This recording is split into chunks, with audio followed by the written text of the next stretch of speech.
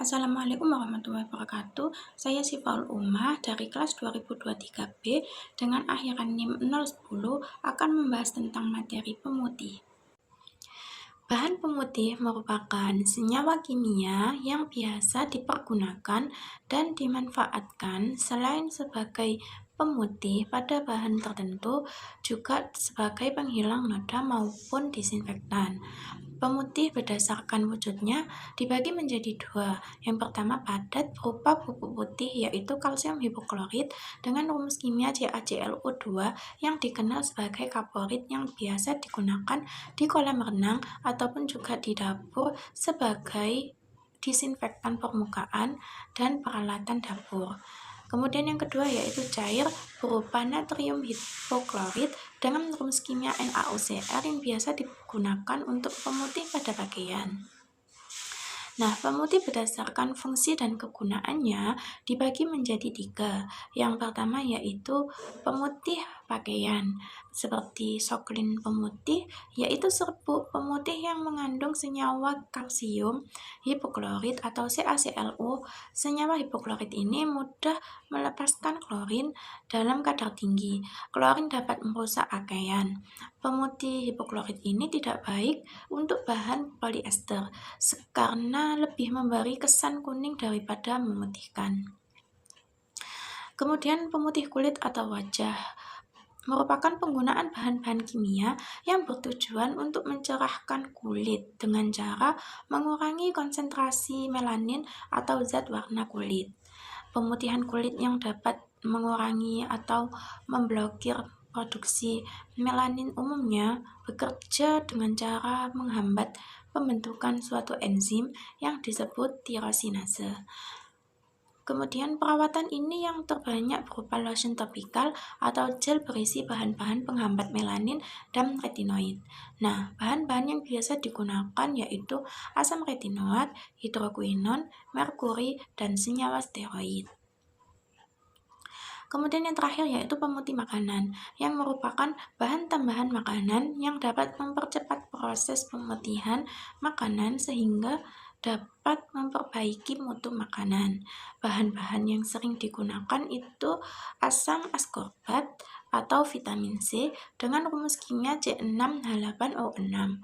Asam askorbat ini berupa kristal padat, berwarna putih, tidak berbau, mencair pada suhu 190-192 derajat Celcius.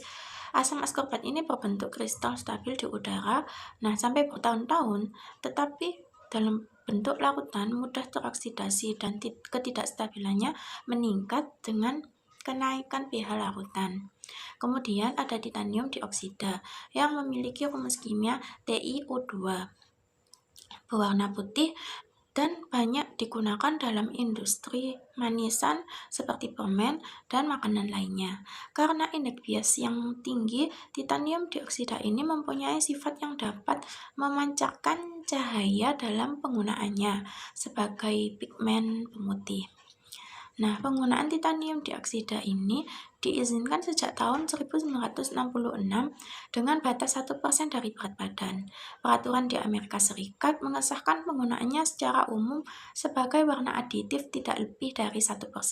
Di negara India membatasi penggunaannya dalam permen karet tidak lebih dari 1%, dan untuk minuman mengandung buah tidak melebihi 100 mg per kilogram.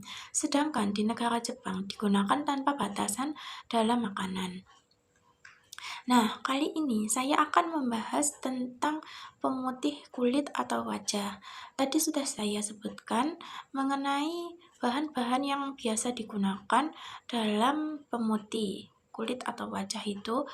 Nah, di sini terdapat studi kasus mengenai salah satu kandungan tersebut, yaitu studi kasus kandungan asam retinoat dalam krim pemutih wajah di Kota Malang. Berdasarkan penelitian tersebut, kandungan asam retinoat bekerja stimulator regenerasi sel dan peningkatan pergantian sel kulit dengan mekanismenya yaitu asam retinoat berfungsi merangsang pergantian sel kulit dan meningkatkan proliferasi keratinosit. Nah, proses ini membantu eksfoliasi sel-sel kulit mati dan mempercepat regenerasi sel-sel kulit baru. Selain itu, asam retinoid juga menghambat aktivitas tirosinase, enzim yang berperan dalam produksi melanin, sehingga dapat membantu mengurangi hiperpigmentasi atau mengobati jerawat dan mengatasi kerusakan kulit akibat terpapar oleh sinar matahari. Asam retinoid ini dengan rumus kimia C20H28O2 atau sering disebut dengan tretinoin merupakan suatu bentuk asam dan bentuk aktif dari vitamin A. Asam retinoid ini merupakan jenis senyawa kimia yang berhubungan dengan vitamin A. Asam retinoid ini memiliki berat molekul rendah yang memiliki pengaruh biologis terhadap penglihatan, perbaikan jaringan, perkembangan embrio, pertumbuhan sel, diferensiasi dan berbagai epitel di tubuh, memfasilitasi aksi imunomodulasi, dan membantu perubahan sel. Asam retinoid ini seringkali digunakan dalam sediaan vitamin A topikal yang hanya dapat diberikan jika ada resep dari dokter. Asam retinoid ini memiliki cincin aromatik, auxochrome anion, min OH, dan ikatan rangkap terkonjugasi sehingga dapat dideteksi menggunakan UV detektor. Asam retinoid ini merupakan suatu senyawa kimia dengan bentuk serbuk hablur berwarna kuning hingga jingga muda, tidak larut air, sukar larut dalam etanol, dan kloroform. Senyawa asam retinoid ini ketika disinari di bawah lampu UV akan berfluoresensi membentuk bercak gelap berwarna hijau. Nah, berdasarkan peraturan Badan Pengawas Obat dan Makanan atau BPOM RI nomor 23 tahun 2019 tentang persyaratan teknis bahan kosmetika, asam retinoid ini turunan dari vitamin A, dikategorikan sebagai bahan aktif yang diizinkan dalam formulasi kosmetik dengan batasan konsentrasi tertentu. Dalam regulasi tersebut, BPOM menetapkan batas maksimum penggunaan asam retinoid ini dalam produk kosmetik yaitu rentang antara 0,01% hingga 0,40% di bawah pengawasan dokter. Nah, penetapan batas ini itu didasarkan pada pertimbangan keamanan dan efektivitas penggunaan bahan tersebut. Konsentrasi di atas 0,01% hingga 0,40% dianggap dapat meningkatkan kerusakan pada kulit dan menimbulkan efek teratogenik yang dapat menyebabkan cacat pada janin. Seperti pada kasus tersebut, didapatkan hasil uji lab kadar asam retinoid pada sampel didapatkan hasil positif dengan menggunakan asam retinoid dengan dosis yang berlebihan, yaitu 0,125% sampai dengan 0,165%. Nah, dampak berbahayanya bagi beberapa korbannya yaitu berdampak pada kulit yang dapat menimbulkan peradangan pada kulit seperti rasa terbakar, menyengat kemerahan, eritema, dan pengerasan kulit, seperti salah satunya pada korban tersebut ya.